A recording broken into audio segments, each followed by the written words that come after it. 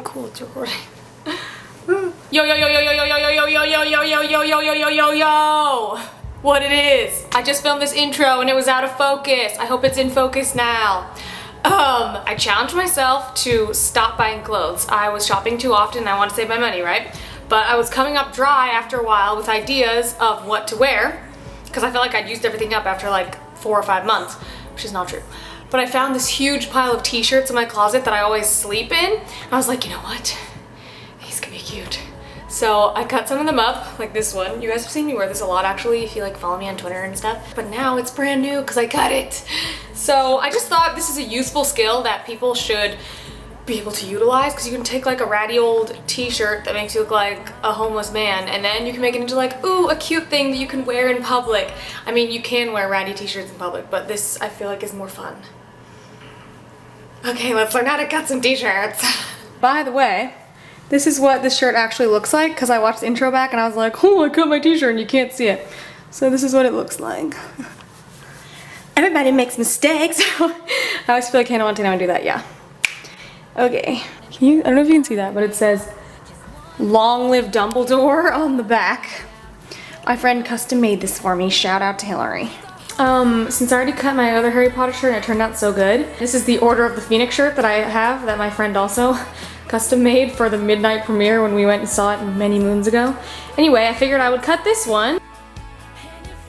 I just took the strap off my camera because it was boring and ugly. First, you need to put the shirt on, and FYI, this process involves taking the shirt off and putting it on like 5 times, so just mentally prepare yourself for that. What's like a good area to cut it? Like if you don't want it to be like super low or like too high.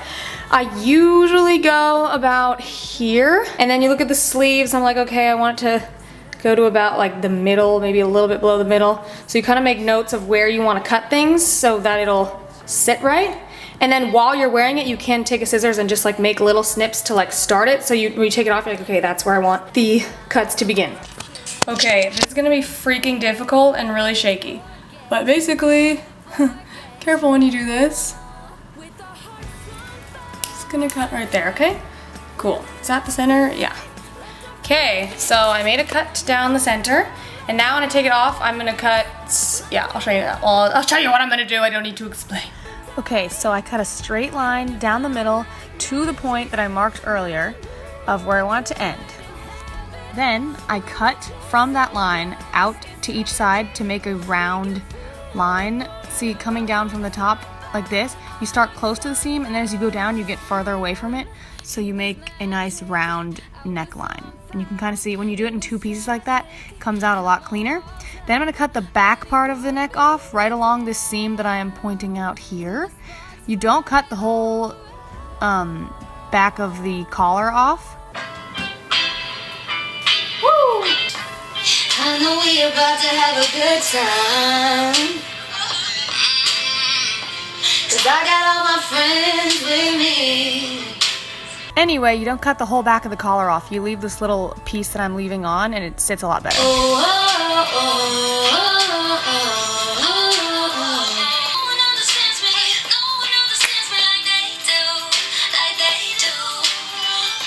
Now I'm trimming the sleeves. You hold it nice and flat, don't tug on the fabric, and cut a nice straight line of how short you want them to be.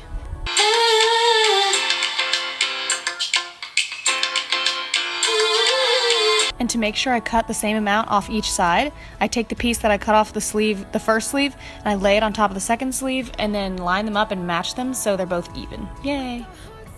This is a good time to look and see if everything's even, see if you like it. I noticed that this side is great, and then this one kind of comes in right here, but I don't want it to. So when I take it off, I'm going to like straighten this out a little bit. I'm gonna take note of where I want to cut the bottom.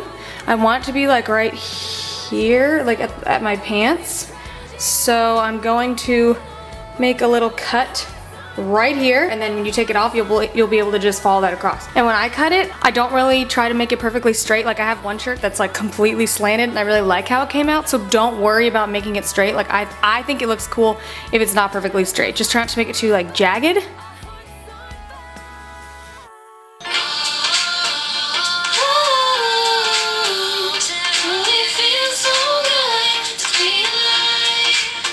So then I'm just gonna cut the bottom of the shirt off. And as you can see, I did not start and end in the same place, and that's okay. Just go back to where you started and straighten out that line.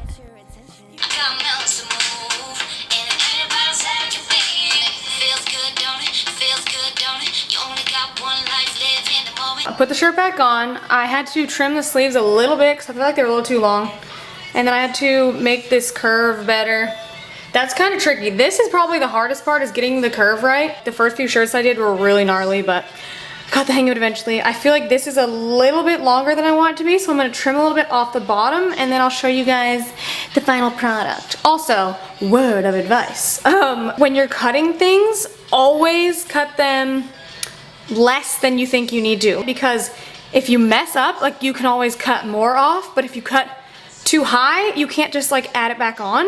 So be cautious and be like really conservative with how you cut. Like, cut the neckline higher than you think it's gonna end up, so then you can slowly work your way down there. Okay, so I changed my pants, and obviously I added a flannel, and this is the final shirt. I'm really happy with how it turned out. Oh, by the way, the back says Weasley is our king. So that's really sick. Again, thank you, Hillary, for making me the shirt years ago. It's very old, and now I can wear it as if it's new. I'm gonna give you a quick tip really fast on how to cut straight lines. So yeah, let's do that. I'm just gonna use some fabric from the bottom of the shirt and illustrate my point. When you are cutting, first of all, do not cut on top of your duvet or blanket, or whatever you wanna call that. That's a dangerous idea. Do as I say, not as I do. Make sure there are no wrinkles in the fabric, because that's when you get those like jagged lines that look really bad. As you are cutting, make sure the scissors is just going straight through and it's not bunching up like that. See, that's when you get those like, see, then you get like all this business. So you get these jagged lines, whereas if it's flat, oh, also try not to pull on the fabric when you're cutting. Just like hold the side so then you can cut in a straight line. If you pull on the fabric, the scissors will tend to go diagonal, whereas if you just hold it gently and let it like lay flat without any tension, then you can usually cut a pretty straight line, like so. Anyway, see, that's like nice and clean versus all jagged. See that? Okay, so yeah, that's my point. Thanks, y'all. Doing that plaid shirt could give me a heart attack. Thinking to myself, this could be trouble, but sometimes I like that. I can see my breath in this cold night air. You put your hood up, you look so good that you know I cannot but stare. Yeah, you gotta hold on me. When I close my eyes, all I see is me right there. I wanted to quickly show you guys some other shirts that I've cut. Wow, this is another Harry Potter shirt. It says, I solemnly swear. Oh no, did I cut the I'm up to no good part off? Wow, that's really depressing. Anyway, it says oh wait, maybe the I'm up to no good part, no, I think I cut it off. Wow, that's sad.